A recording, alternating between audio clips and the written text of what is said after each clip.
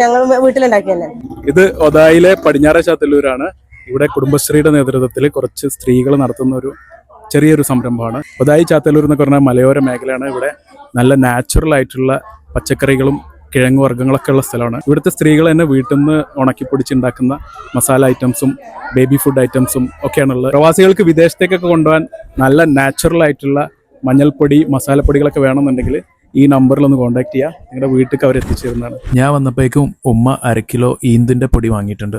അവലോസ് പൊടി ഉണ്ട്, ന്യൂട്രിമിക്സ് ഉണ്ട്, ദാഹശമനി ഉണ്ട്, നല്ല മഞ്ഞൾപ്പൊടിയൊക്കെ ഉണ്ട്. ഇതിൽ മായൊന്നും ചേർക്കാതെ നല്ല രീതിയിൽ ഞങ്ങള് കേക്ക് ഉണക്കി ഉണ്ടാക്കുന്നതാണ്. പൊടിച്ചു വെക്കണില്ല, ഞങ്ങൾ കൂടുതലായിട്ട് ഓർഡറുകൾ സ്വീകരിക്കാൻ ചെയ്യണം.